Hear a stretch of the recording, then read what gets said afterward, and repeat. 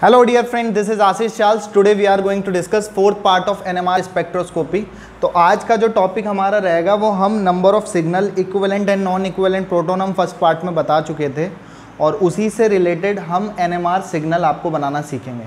आज की क्लास में आपको लगेगा कि आज आपने एक्चुअली में कुछ सीखा है, तो उसे सीखने के लिए हम आपको एक चीज़ समझाते हैं। ये इक्विवेलेंट और नॉन इक्विवेलेंट प्रोटॉन पे तो मैं बहुत बात नहीं करूँगा, थोड़ा सा इंट्रोडक्शन दूंगा और उसके बाद आपको बताएंगे कि सिग्नल्स वगैरह कैसे देखा जाता है फॉर एग्ज़ाम्पल और कैसे सिग्नल्स बनाते हैं। तो CH3, CH2 और एक Cl, सपोज़ हमने एक एग्ज़ाम्पल ये लिया, तो यहाँ पर क्या होता है कि हमने सबसे फर्स्ट वाली पार्ट में फर्स्ट वीडियो में हमने ये चीज़ें क्लियर कर ली है, लेकिन उसी से हमें आगे बढ़ाना पड़ेगा इस टॉपिक को, तो उसे सीखते हैं। इस प्रोटॉन से जुड़ा कार्बन 2 हाइड्रोजन से जुड़ा है और एक CH2Cl से जुड़ा है। ये प्रोटॉन से जुड़ा कार्बन भी 2H और CH2Cl से जुड़ा है। इस प्रोटॉन से जुड़ा कार्बन भी 2H और एक CH2Cl ग्रुप से जुड़ा है। तो दिखने के ये तीन अलग अलग प्रोटॉन्स है। प्रोटॉन्स बोलने का मतलब क्या है? पहली बात मैं ये क्लियर कर दूं कि हमने देखा था कि NMR स्पेक्ट्रोस्कोपी वो शो करते हैं जिनका न्यूक्लियर क्वांटम नंबर I की वैल्यू 0 नहीं होता है, और उसमें भी मेनली हम नॉन क्वार्टर पोलर वाले पे ज़्यादा फोकस करते हैं जिनके लिए I की वैल्यू हाफ होती है, जिसमें H1, C13, P31 और F19 के बारे में पढ़ते हैं। और मेनली हमें जो डिस्कस करना है वो H1 प्रोटॉन के बारे में पढ़ना है। तो H1 को ही कैसे डिटेक्ट करके ये कैसी उसकी इन्फॉर्मेशन देता है और मॉलिक्यूल के बारे में कैसे ये इन्फॉर्मेशन देता है उसको हम सीखते हैं। तो इस प्रोटॉन से ये तीनों के तीनों दिखने के अलग अलग प्रोटॉन्स है, लेकिन इनके इन्वायरमेंट एक जैसे हैं। क्यों? क्योंकि इससे जुड़ा प्रोटॉन से जुड़ा कार्बन 2H और एक CH2Cl से, इस प्रोटॉन से जुड़ा भी 2H और CH2Cl, इस प्रोटॉन से जुड़ा भी CH2 और CH2Cl से जुड़ा है। तो इन तीनों के एनवायरनमेंट एक जैसे हैं, तो ये वन इक्विवेलेंट प्रोटॉन हो गया।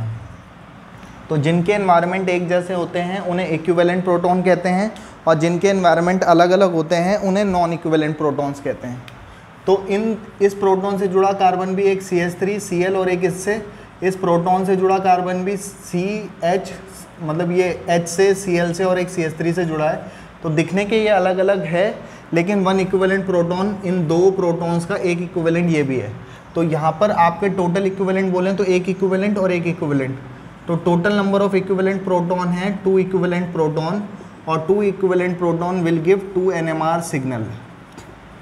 2 इक्विवेलेंट प्रोटॉन 2 NMR सिग्नल आपका बना के देगा, और इसके सिग्नल कैसे बनाते हैं वही हमें सीखना है। आज की क्लास हमारी वही है।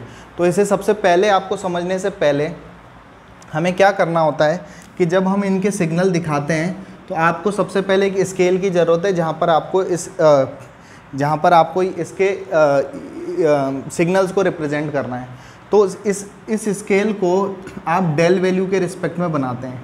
Del value 0, 1, 2, 3, 4, 5, 6, 7, 8, 9, 10। हम यहाँ पर प्रोटॉन NMR स्पेक्ट्रोस्कोपी पढ़ रहे हैं और मैं हाइड्रोजन को प्रोटॉन बोलता चला जाऊँगा। बुक में प्रोटॉन्स बोलने का मतलब हाइड्रोजन से होता है, और क्योंकि उसके पास एक ही प्रोटॉन होता है हम उसे प्रोटॉन बोलते हुए चलेंगे। अब हमें सिग्नल बनाने के लिए एक पैरामीटर की ज़रूरत पड़ेगी, एक स्केल की, लेकिन अगर स्केल में 1 सेंटीमीटर, 2 सेंटीमीटर, 3 सेंटीमीटर वगैरह ही ना लिखे हों तो उस खाली स्केल का कोई मतलब नहीं रह जाता। इसलिए आपको कुछ पैरामीटर्स चाहिए जिस पैरामीटर्स की हेल्प से आप उन सिग्नल्स को ड्रॉ कर सको, डिफ़ाइन कर सको, बना सको। तो उसके लिए सबसे पहले डेल वैल्यू के रिस्पेक्ट में ये चीज़ें बनाई जा सकती है। अब किस प्रोटॉन का सिग्नल कहाँ पे आएगा? 2 इक्विवेलेंट प्रोटॉन है, 2 NMR सिग्नल आएंगे, किस प्रोटॉन का सिग्नल कहाँ पे आएगा उस चीज़ को देखने के लिए आपको एक टेबल ध्यान रखनी पड़ेगी जो कि इस तरीके से है। sp3 हाइब्रिडाइज्ड कार्बन से अगर प्रोटॉन जुड़ा है, sp3 हाइब्रिडाइज्ड कार्बन से प्रोटॉन जुड़ा है और वो भी विदाउट इलेक्ट्रोनेगेटिव एलिमेंट के साथ, तो इसका जो सिग्नल आता है, इसकी जो डेल वैल्यू आती है, डेल वैल्यू एक पैरामीटर है जिसके रिस्पेक्ट में जो वैल्यू क्या बताती है, आपको सिग्नल को बताती है। इस डेल वैल्यू को शील्डिंग और डिसशील्डिंग इफेक्ट एक टॉपिक है, उस पर हम बाद में बात करेंगे, फिलहाल इसे सीखते हैं। तो इसका सिग्नल 0.5 से 2 ppm के बीच में इसका सिग्नल आता है sp3 विदाउट इलेक्ट्रोनेगेटिव वाले का। अगर आपके पास sp3 हाइब्रिडाइज्ड कार्बन है जिससे प्रोटॉन जुड़ा है और वो कार्बन किसी इलेक्ट्रोनेगेटिव एलिमेंट से भी जुड़ा है विद इलेक्ट्रोनेगेटिव एलिमेंट, तो फिर इसका सिग्नल 2 से 5 ppm के बीच में आता है। अगर आपके पास इसी तरीके से sp2 हाइब्रिडाइज वाले कार्बन की बात करूं जो डबल बॉन्डेड होते हैं जनरली, और उससे कोई प्रोटॉन जुड़ा होगा, तो इस प्रोटॉन का जो सिग्नल आता है वो आपका 5 से 8 ppm के बीच में आता है। और sp2 ही हाइब्रिडाइज कार्बन डबल बॉन्डेड वाला हो लेकिन बेंजीन रिंग से जुड़ा हुआ होगा, तो इनका जो सिग्नल आता है 6.5 से 8 ppm के बीच में आता है। और अगर आपके पास CHO ग्रुप होता है तो इसमें इस प्रोटॉन के बारे में जो इन्फॉर्मेशन मिलती है या जो सिग्नल आता है वो 8 से 10 ppm के बीच में आता है। और अगर आपके पास ये कार्बोक्सिलिक एसिड वाला फंक्शनल ग्रुप हो C डबल बॉन्ड OH वाला, तो इसका 10 to 12 ppm के बीच में आपको सिग्नल दिखाई देता है। तो ये वैल्यूज़ आपको सब याद रखनी है। मैं लिख सकता था पहले भी, बोल के समझा भी रहा हूँ, आपको लिखवा भी रहा हूँ, ये समझ सकते हो। अगर आपके पास OCH3 ग्रुप है तो ये आप प्रोटॉन्स देख रहे होंगे, इन वालों का स्पेशली याद रखना, इसका 3.5 से 4 ppm के बीच में आता है। और अगर आपके पास कहीं पर OCH2 ग्रुप हो तो इन 2 CH2 वाले 2 प्रोटॉन वाले का जो सिग्नल आता है वो 4 से 4.5 ppm के बीच में आपके सिग्नल्स आपको दिखाई देते हैं। तो होप आपको ये बातें, ये पहले तो याद रखना है, इसको अप्लाई कैसे करना है उसे समझने की कोशिश करते हैं। सबसे पहली बात, ये आपका सैंपल है, तो मैंने जो इंस्ट्रूमेंटेशन बताया था, आपने उस टेस्ट ट्यूब में 1 क्लोरोईथेन भरा हुआ है, साथ ही साथ उसके मॉनिटर पर स्क्रीन पर सिग्नल कैसे दिखाते हैं, मैंने पीछे की 3 वीडियो में आपको एक टर्म ये first part, second part, third part, इस तरीके से हमने न्यूक्लियर, मैग्नेटिक रेजोनेंस तीनों टर्म्स को क्लियर किया था। और इन तीनों टर्म्स को क्लियर करने के बाद आपके पास जो हम इनके सिग्नल्स आते हैं वो कैसे आते हैं, वो भी मैं पीछे वीडियोज़ में बेसिक की बात कर चुका था। अब सिग्नल कैसे बनाने हैं, तो साथ ही साथ क्या होता है कि हमें इस सैंपल के लिए एक स्टैंडर्ड की ज़रूरत होती है कि जिस स्टैंडर्ड के रिस्पेक्ट में हम डेल वैल्यू को या शील्डिंग या डिशील्डिंग इफेक्ट को क्लियर कर पाते हैं। शील्डिंग और डिशील्डिंग इफेक्ट भी मैं इसी वीडियो में क्लियर कर लूँगा इसके बाद, फिलहाल आप इस वाले पॉइंट को समझो। तो इसमें एक एज अ स्टैंडर्ड यूज़ किया जाता है, स्टैंडर्ड मॉलिक्यूल या स्टैंडर्ड सैंपल यूज़ किया जाता है, जिसे आप कहते हैं TMS, टेट्रामिथाइल सिलेन। तो ये आपका टेट्रामिथाइल सिलेन है, CH3 आप देखो दिखने के ये 12 प्रोटॉन्स हैं, लेकिन 3 3 6 3 9 3 12 प्रोटॉन है, 12 हाइड्रोजन वाला ये मॉलिक्यूल है, लेकिन इन 12 के 12 प्रोटॉन का एक जैसा इन्वायरमेंट है। तो जिनका सेम इन्वायरमेंट होता है उन्हें इक्विवेलेंट कहते हैं, और इसका 1 इक्विवेलेंट प्रोटॉन आएगा, क्योंकि सबके इन्वायरमेंट एक जैसे हैं, 1 इक्विवेलेंट प्रोटॉन और 1 NMR सिग्नल। हम इसको यूज़ क्यों करते हैं इसको मैं अलग टॉपिक पे बात करूँगा, लेकिन हमें इसका यूज़ तो करना है। सैंपल में हम ये भी डालेंगे, लेकिन ये अनरिएक्टिव होता है किसी भी मॉलिक्यूल या जो सैंपल आपको लेना है उसके साथ, क्योंकि अगर वो इससे रिएक्ट कर जाएगा तब तो कुछ और बन जाएगा, आपको तो इन्फॉर्मेशन इस मॉलिक्यूल की चाहिए वो नहीं मिल पाएगी। तो इसलिए ये अनरिएक्टिव होता है, इसलिए इसको यूज़ किया जाता है। हाईली वॉलेटाइल होता है, तो ईजिली हम इसे वेपराइज करके अपने सैंपल को दोबारा बचा सकते हैं, क्योंकि कई बार क्या होता है कि सैंपल बड़े महंगे आते हैं, 2-2 3-3 हज़ार रुपये के। तो हम इस वाली चीज़ को जो हम एज अ स्टैंडर्ड यूज़ कर रहे हैं, तो हम ये हटा भी सकते हैं, रिमूव कर सकते हैं उसे वॉलेटाइल या उसे वेपराइज करके। तो ये भी इसका यूज़ है। दूसरा क्या है कि इसको यूज़ करने का क्या फ़ायदा होता है कि 12 प्रोटॉन का एक सिग्नल आएगा, 3 3 6 12 प्रोटॉन का एक सिग्नल आएगा, और ये हाईली शील्डेड होता है। मैं ये बार शील्डेड वाली बात बाद में बात करूँगा, फिलहाल आप इतना समझो। हाईली शील्डेड होता है और इसकी डेल वैल्यू ही शील्डिंग और डिशील्डिंग इफेक्ट को बताती है। इसका डेल वैल्यू 0 आता है। अब क्योंकि इसका डेल वैल्यू 0 आता है, तो ये सबसे साइड में 12 प्रोटॉन का एक सिग्नल दे देता है, और बाकी के सिग्नल या तो इधर आते हैं, इधर तो बहुत कम बात ही नहीं करेंगे हम, इधर ही बात करेंगे। तो इधर आते हैं, तो ये वाला जो सिग्नल है वो बाकी के सिग्नल्स पर इंटरफेयर नहीं करता है, इसीलिए एज अ स्टैंडर्ड के रूप में हम इसको यूज़ करते हैं TMS को। और इसको यूज़ करने का मेन रीज़न क्या है या मेन फैक्टर क्या है, ये वाइवा में क्वेश्चन पूछा जाता है, इस पर अभी बात करते हैं। फिलहाल इस वाले को देखो, यहाँ पर इन तीनों का एनवायरनमेंट एक जैसा, फर्स्ट वीडियो में मैंने बताया था, इन तीनों का एक जैसा एनवायरनमेंट। तो ये sp3 है, देखो 4 सिग्मा बॉन्ड बना रहा है, 1 2 3 4, तो sp1 p2 p3, sp3 hybridised carbon है ये, और इस कार्बन से कोई भी इलेक्ट्रोनेगेटिव एलिमेंट नहीं जुड़ा।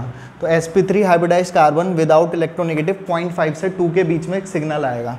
तो 0.5 ये है, 2 ये है, 0.5 से 2 के बीच में 3 प्रोटॉन का सिग्नल आएगा। तो ये A टाइप वाले का सिग्नल है। अब आप ये देखो, ये इसको भी देखो, तो ये भी 1 2 3 4 सिग्मा बॉन्ड बना रहा है, sp1 p2 p3, सिंपली याद रखने का तरीका। तो sp3 हाइब्रिडाइज्ड है विद इलेक्ट्रोनेगेटिव, और sp3 विद इलेक्ट्रोनेगेटिव का जो सिग्नल आता है वो 2 to 5 ppm के बीच में आता है। तो 2 से 5 ppm के बीच में आप 2 प्रोटॉन का एक सिग्नल बनाना है। तो ये आपने बना दिया, ये B सिग्नल आ गया। आप इसे और बेहतरीन या उसे और ज़बरदस्त दिखाना चाहो तो आप इसको ऐसे भी मेंशन कर सकते हो, वैसे इसकी कोई ज़रूरत नहीं होती, ताकि ये बहुत प्यारा सा दिखाई दे अगर दिखाना चाह रहे हो तो। ये चीज़ ऐसा इसका सिग्नल आ जाएगा। अब देखो डेल वैल्यू इसकी 0 है, ये सबसे ज़्यादा शील्डेड है। ये कोई इन्फॉर्मेशन नहीं दे रहा हमारी, बस ये इसलिए यूज़ किया जा रहा है कि आपको ये पता चल सके कि ये वाला जो प्रोटॉन है वो इससे कितनी डिस्टेंस पर है, ये वाले प्रोटॉन का जो सिग्नल है वो इससे कितनी डिस्टेंस पर है।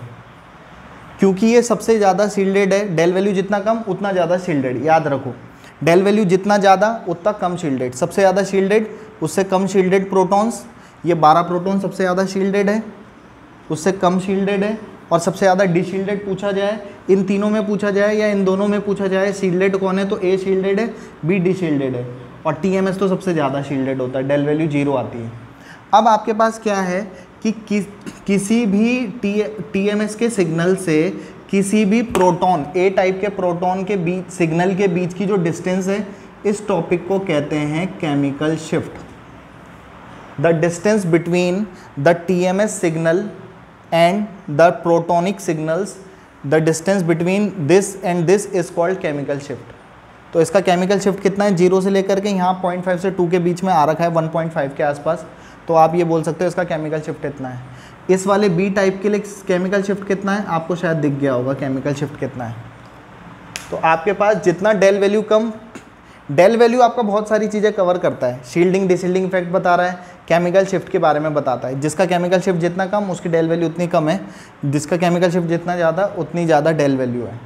तो आप ये चीज़ें यहाँ पर से समझ सकते हो। कैसे सिग्नल बनाते हैं उसके लिए आपको ये डेटा याद चाटना पड़ेगा, उसके बाद ये काम हो जाएगा, पर उसको याद तो करना ही पड़ेगा। तो वो कोई इतनी बड़ी बात नहीं है, जब मैं याद कर सकता हूँ, जो जल्दी से भूल जाता है तो आप लोग तो कर ही सकते हो। तो अच्छे से इसे कर लें। तो यहाँ पर मैंने आपको ये बताया, इसका क्या रोल है इस पे मैं अलग से इस टॉपिक पे बात करूँगा। होप आपको ये सिग्नल बनाना समझ में आया होगा। इस सिग्नल को मैं थोड़ा सा और इसको मैं मैग्नीफाई करके आपको इस सिग्नल के बारे में और इन्फॉर्मेशन देता हूँ। अच्छा, एक क्वेश्चन पूछा जाता है TMS के लिए, ये मुझसे कभी आज से 4-5 साल पहले एक स्टूडेंट ने पूछा था कि सर, उस समय BSc थर्ड ईयर में ये वाला, जब HNB वाला था तो BSc थर्ड ईयर में NMR स्पेक्ट्रोस्कोपी का टॉपिक था।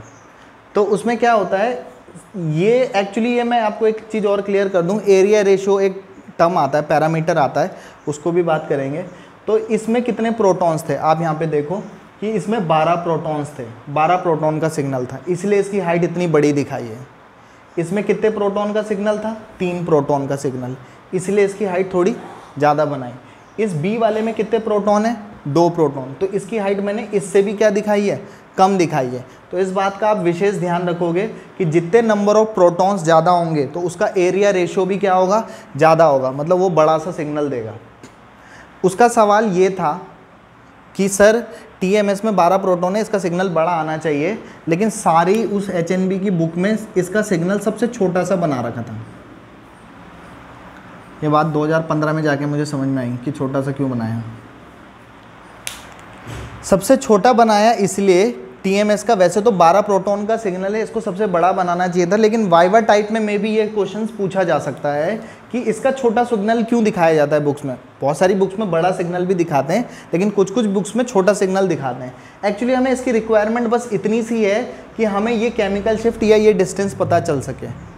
मुझे फ़र्क नहीं पड़ता कि इसकी हाइट इतनी लंबी है या इतनी छोटी सी आती है, पर फिर भी इसकी हाइट आनी तो बड़ी ही चाहिए थी। पर क्योंकि मैं क्या करता हूँ कि जब TMS हम मिलाते हैं तो वो बहुत कम क्वांटिटी में मिलाया जाता है, क्योंकि हमें उसके लंबे सिग्नल से मतलब नहीं है, हमें उसका थोड़ा सा भी सिग्नल आ जाए, पीक आ जाए, हाइट आ जाए, तो उसके रिस्पेक्ट में हम केमिकल शिफ्ट को मेज़र कर सकें। तो वाइवा में कभी क्वेश्चन पूछा जाता है कि इसकी हाइट कम क्यों दिखाई जाती है बुक्स में, तो उसका रीज़न ये है कि ये कम अमाउंट में यूज़ किया जाता है, बस ख़त्म।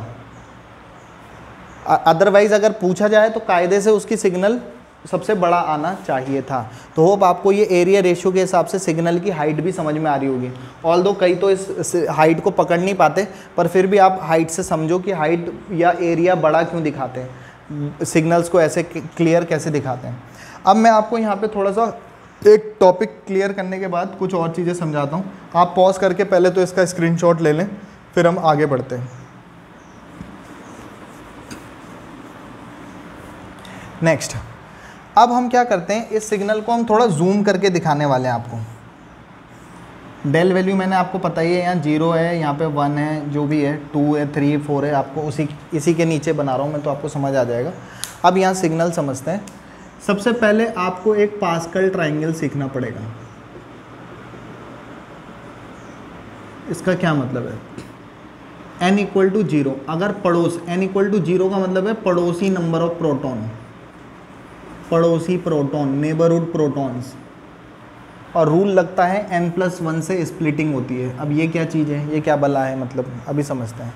तो अगर आपके पड़ोस में नंबर ऑफ प्रोटॉन्स 1 है, पड़ोस में आपके पास प्रोटॉन जो है वो 0 है, तो स्प्लिटिंग कैसे होगी, n+1, यानी कि 0+1, यानी कि कितनी स्प्लिट होगी, 1। तो इसका सिग्नल जो आएगा वो एक ही सिग्नल आएगा। अगर आपके पड़ोस में n = 1 प्रोटॉन है, पड़ोस में 1 प्रोटॉन है, ये अभी मैं इससे समझा दूंगा, फिलहाल बस इतना समझो। तो n+1 रूल से कितनी स्प्लिटिंग होगी, 1+1 कितना होगा, 2, 1+1 2 होगा। तो आपको 2 सिग्नल कैसे बनाने, 1 यहाँ लिखो और इसके इधर भी 1 लिख दो बस, और 1:1 के हाइट के हिसाब से सिग्नल बनेगा। अब अगर आपके पड़ोस में 2 प्रोटॉन है, ये पड़ोसी नंबर ऑफ प्रोटॉन है, मैंने पहले भी लिखा है, तो अब आपको 2+1 3 पार्ट में स्प्लिटिंग होगी। कैसे, इधर 1 बनाओ, इधर 1 बनाओ, और 1 और 1 को जोड़ दो, कितना आएगा। तो अब हाइट जो बनेगी वो 1:2:1 की हाइट से बनेगा। अब अगर पड़ोस में आपके पास 3 प्रोटॉन है, तो 3+1 करूँगा तो 4 पार्ट में टूटेगा। कैसे टूटेगा, 4 में 1 1 लिख दो, 1 और 2 को ऐड कर दो 3, और 1 और 2 को ऐड कर दो 3। तो स्प्लिटिंग कैसे दिखाएंगे, 1:3:3:1 में। पड़ोस में अगर 4 प्रोटॉन है तो 1 1 1+1, मतलब ये 4+1 कितना हो जाएगा आपके लिए, 5। तो 1 1 बना दिया, इन दोनों को ऐड कर दो, इन दोनों को ऐड कर दो, इन दोनों को ऐड कर दो, तो कैसे बनेगा, 1:4:6:4:1। इसको कहते हैं सिंगलेट, इसको कहते हैं डबलेट, इसको कहते हैं ट्रिपलेट, क्वार्टरेट, पेंटेट, सिक्सटेट, हेप्टेट, सेप्टेट भी कह सकते हैं। और आप ध्यान से देखो तो इसका स्ट्रक्चर कैसा दिखाई दे रहा है, ट्राइंगल की तरह, तो इसीलिए इसको पास्कल ट्राइंगल कहते हैं। वैसे स्प्लिटिंग हम पढ़ते तो इस तरीके से कायदे से 2i+1 से होती है, बट हमारे लिए इससे काम चल जाता है जनरली। बाकी 4 से ज़्यादा वालों को वो क्विंटेट, सेक्सटेट, सेप्टेट ऐसे ना कह करके मल्टीप्लेट कह देता है, तो कहीं पे मल्टीप्लेट वर्ड यूज़ किया हो तो कंफ्यूज मत होना। तो देखो ये तो खैर इसका तो सबसे किनारे पे एक सिग्नल आना था TMS का, 12 प्रोटॉन का आपको बड़ा दिखाना है, आप बड़ा दिखा दो, छोटा दिखाना है, छोटा दिखा दो। अब क्या होता है कि जब हम इन सिग्नल को जूम करके देखते हैं मॉनिटर पर या स्क्रीन पर, तो ये हमें एक सिग्नल इसका और एक सिग्नल, हमने यही तो सीखा था, 2 इक्विवेलेंट प्रोटॉन है, 2 NMR सिग्नल आते हैं। पहले पार्ट की वीडियो से मैं यही बोल रहा हूँ। अभी भी आपके पास इस वाले को देखो, A टाइप का प्रोटॉन ये है, तो इससे 3 प्रोटॉन है, ये नहीं देखने, इसके पड़ोस में जो कार्बन है उस पर कितने प्रोटॉन है, 2, तो 2+1 पड़ोस में 2 प्रोटॉन है, 2 n = 2 है, तो n+1 2+1 कितनी स्प्लिट होगी, 3, और किस रेशियो के हिसाब से, 1:2:1। तो इसकी जब हम सिग्नल को जूम करके दिखाएंगे तो इसका सिग्नल हमें ऐसे दिखाई देने वाला है, 1:2:1 में, ट्रिपलेट फॉर्मेट में दिखाई देगा। ये B टाइप का सिग्नल था, लेकिन इस B टाइप के सिग्नल में, B टाइप के प्रोटॉन में कितने पड़ोस में कितने प्रोटॉन है, 3, तो 3+1 कितना होगा, 4, और 4 होगा तो 1:2:2, यही था ना, 1:3:3:1 के हिसाब से स्प्लिटिंग हम यहाँ पर मेंशन कर लेंगे। तो ये हमारा जूम करके, अभी भी ये ए टाइप के सिग्नल है, ये बी टाइप के है, तो ये क्या चीज़ हुई, इसे कहते हैं कपलिंग हो जाना। इसके इलेक्ट्रॉनिक इन्वायरमेंट के साथ कुछ कपलिंग करी और उस कपलिंग की वजह से एक्चुअली में शार्प सिग्नल ऐसे सिंगल सिंगल आने चाहिए थे, लेकिन ये स्प्लिट हो जाते हैं। इसको कहते हैं कपलिंग हो जाना। और यहाँ पर प्रोटोनिक इन्वायरमेंट की नहीं हो रही है, इलेक्ट्रॉनिक इन्वायरमेंट की वजह से, रिपल्शन की वजह से ये स्प्लिटिंग होती है। अब एक चीज़ और समझो, एक टर्म मैं आपको यहाँ पे और क्लियर कर दूँ, कपलिंग कांस्टेंट, इसको कहते हैं जे। तो कल मुझसे एक बच्ची ने सवाल पूछा था, पता नहीं उसमें मैसेज आया था मुझे, उसने कहा सर मुझे एक क्वेश्चन, एक डाउट है और आप मुझे बता दो कि आपने कहा था कि हम यहाँ पर प्रोटॉन के बारे में पढ़ रहे हैं, तो आप इलेक्ट्रॉन की बातें क्यों कर रहे हो? क्योंकि जैसे मैंने यहाँ पे इलेक्ट्रॉनिक एनवायरनमेंट से रिलेटेड बात करी, ऑल्दो मैंने ये पढ़ाया नहीं था कभी, पहले क्लासेस में भी नहीं बोला, पर एक्चुअली में यहाँ पर इलेक्ट्रॉनिक रिपल्शन की वजह से होता है। हम पढ़ प्रोटॉन के बारे में ही रहे हैं, लेकिन हम उससे इफेक्ट होने वाले फैक्टर्स के बारे में तो स्टडी करेंगे ही। अब हम केमिस्ट्री पढ़ रहे हैं, तो केमिस्ट्री में हम केमिकल काइनेटिक्स क्यों पढ़ रहे हैं, या हम सॉल्यूशन क्यों पढ़ रहे हैं, या सॉलिड स्टेट क्यों पढ़ रहे हैं, या क्वांटम मैकेनिक्स क्यों पढ़ रहे हैं, वो तो फिजिक्स में पढ़ते हैं, तो वो अलग चीज़ है। क्योंकि भाई वो उस हमारी जो केमिस्ट्री का पार्ट है उसमें वो वाली केमिकल के बारे में भी स्टडी किया जाता है। तो केमिस्ट्री का मतलब छोटा सा बच्चा नहीं है, वो ब्रॉड है, उसकी डेफिनेशन में ही इनफाइनाइट जुड़ा है सारे सब्जेक्ट की। तो इसीलिए हम यहाँ पर तो स्टडी तो हमारा फोकस तो इसी पे ही है, लेकिन हम उससे रिलेटेड उस टर्म को तो समझेंगे, उससे रिलेटेड कितने सारे टॉपिक्स आते हैं उस सबको हम कवर करते हुए चलेंगे। किसी भी टॉपिक को कवर करना होता है तो हमारा जो फोकस है उसको तो बना के रखना होता है। हमारे एक सर की बड़ी अच्छी बात लगी मुझे, कंपास होता है, कंपास की जो पॉइंट होता है, एक तो वो जो उसकी नोक होती है वो तो लगा के रखते हैं, पेंसिल से हम उसे घुमाते रहते हैं। 5 सेंटीमीटर का लेंगे तो 5 सेंटीमीटर का सर्किल बनेगा, लेकिन हम उसकी पेरीफेरी तो बढ़ा सकते हैं, बस हमारा सेंटर ना हमारा जो फोकस है वो ना हटे, बस इस बात का ध्यान रखें।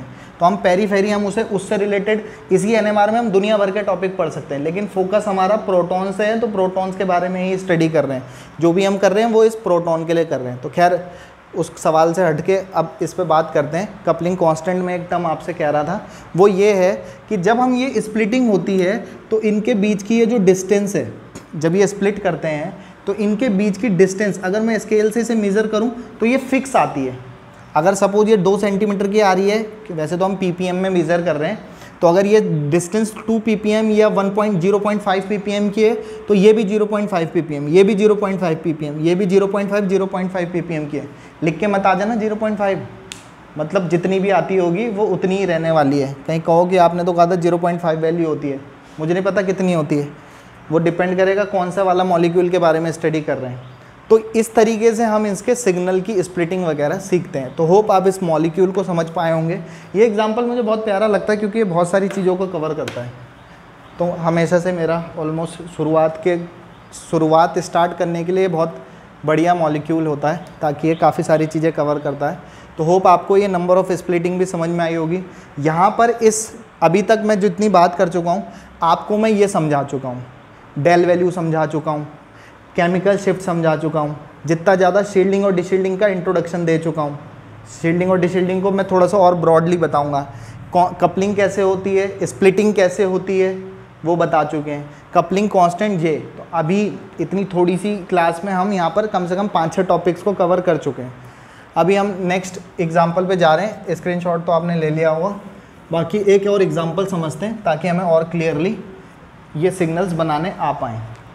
तो एक एग्ज़ाम्पल हम यहाँ पे आपको और दिखा देते हैं, आओ सीखें। एक एग्ज़ाम्पल ये लिया हमने CH3। अभी हम आपको खोल के दिखा रहे हैं, बाकी जब आप सीख जाओगे तो फिर आपको इसकी ज़रूरत भी नहीं पड़ेगी। CH3 CH2O CH3, अगर आप समझ पाओ तो ये ईथर वाला फंक्शनल ग्रुप है, O फंक्शनल ग्रुप है। मिथॉक्सी ईथेन इसका IUPAC नाम है, या इथाइल मिथाइल ईथर इसका IUPAC नेम है। अब ये चीज़ें मैं पहली वीडियो से बता चुका हूँ तो इसे समझा नहीं रहा मैं। इन तीनों का एक जैसा एनवायरनमेंट, ए टाइप का एक सिग्नल 1 इक्विवेलेंट, इन दोनों का एक जैसा एनवायरनमेंट बी टाइप के प्रोटॉन्स, और इन तीनों का एक जैसा एनवायरनमेंट है ये सी टाइप के प्रोटॉन है। देखो इन दोनों का एनवायरनमेंट एक दूसरे से अलग है, क्योंकि इसके पड़ोस में O जुड़ा हुआ है, इसका एनवायरनमेंट में CH2 है। तो ऐसा मत कहना इन दोनों के एक जैसे आ रहे हैं। अगर ये O नहीं होता तो तब इन दोनों का एक ही आता, फिर इसका एक सिग्नल आता। तो फिलहाल 3 इक्विवेलेंट प्रोटॉन है हमारे यहाँ पर। तो 3 इक्विवेलेंट प्रोटॉन हमें पता है कितने NMR सिग्नल देंगे, 3 NMR सिग्नल हमारा ये बना करके देंगे। अब 3 NMR सिग्नल इसको ड्रॉ करने हैं। तो 3 NMR सिग्नल को मैं सिंपल वाला भी बना के दिखाता हूँ और जूम करके वाला भी स्ट्रक्चर हम इसका सीखेंगे।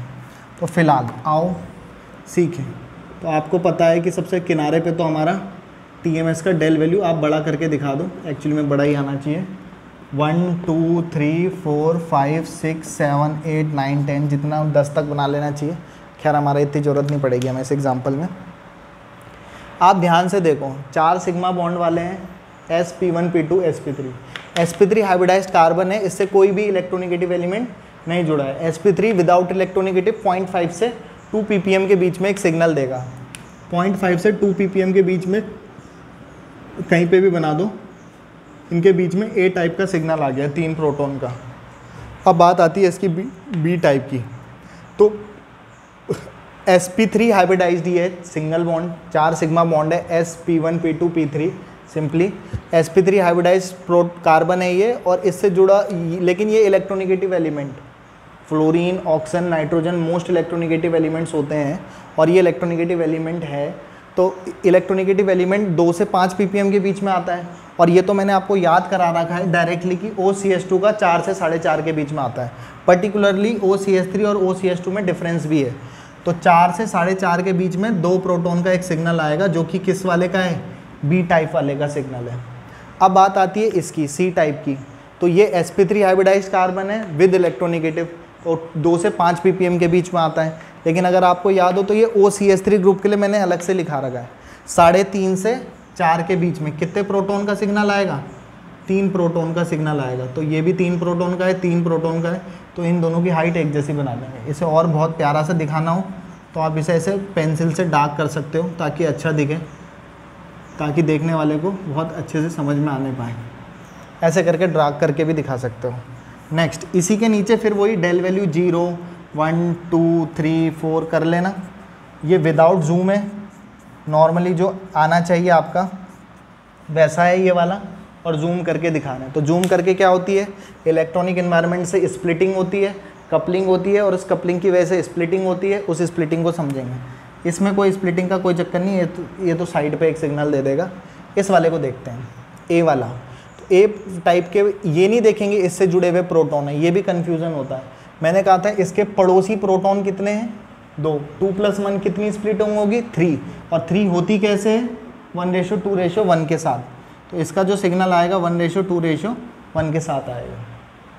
सी टाइप, ये है सी टाइप। इसके पड़ोस में कोई है ही नहीं प्रोटॉन, इसके पड़ोस में कोई कार्बन ही नहीं है जिससे प्रोटॉन जुड़ा है। तो 0 कार्बन 0 प्रोटॉन है, 0+1 कितना आता है, 1, सिंगलेट ही आता है। तो इसका बस सिंगलेट आएगा सी वाले का। तो ये सी वाले का है, ये ए वाले स्प्लिट होने के बाद जूम करने के बाद ये सी का है। और अगर हम इसकी बात करें किसकी, बी की, तो बी वाले के पड़ोस में इधर तो नहीं है, लेकिन इधर पड़ोस में कितने प्रोटॉन है, 3 प्रोटॉन है। तो 3+1 कितने में टूटेगा, 4 पार्ट में, 1:4 में, 1:3:3:1 के साथ स्प्लिटिंग होगी। तो ये बी टाइप का सिग्नल है। बाकी आपको बोला ही है, ये डिस्टेंस केमिकल शिफ्ट और ये भी आपकी केमिकल शिफ्ट। तो ये आपके 3 टाइप के सिग्नल्स हमने बता दिए। बाकी हमने फर्स्ट वीडियो में जा कर के देखना आप, उस पर हमने बहुत सारे एग्जाम्पल्स को नंबर ऑफ़ सिग्नल्स बनाना सिखाया है। कोई डाउट होता है किसी भी एग्जाम्पल में तो कमेंट में बता सकते हो। और ये वाला जो पोर्शन है इसको ध्यान रखना है माइंड में, ये याद रहेगा, बाकी सब हो जाएगा। तो होप आपको ये क्लियरली समझ में आया होगा। बाकी फ़िलहाल हमारी तरफ से आज के लिए जी लो अपनी ज़िंदगी। नेक्स्ट क्लास में पिएंगे आपका खून। Have a good day, goodbye, good night, शुभ रात्रि।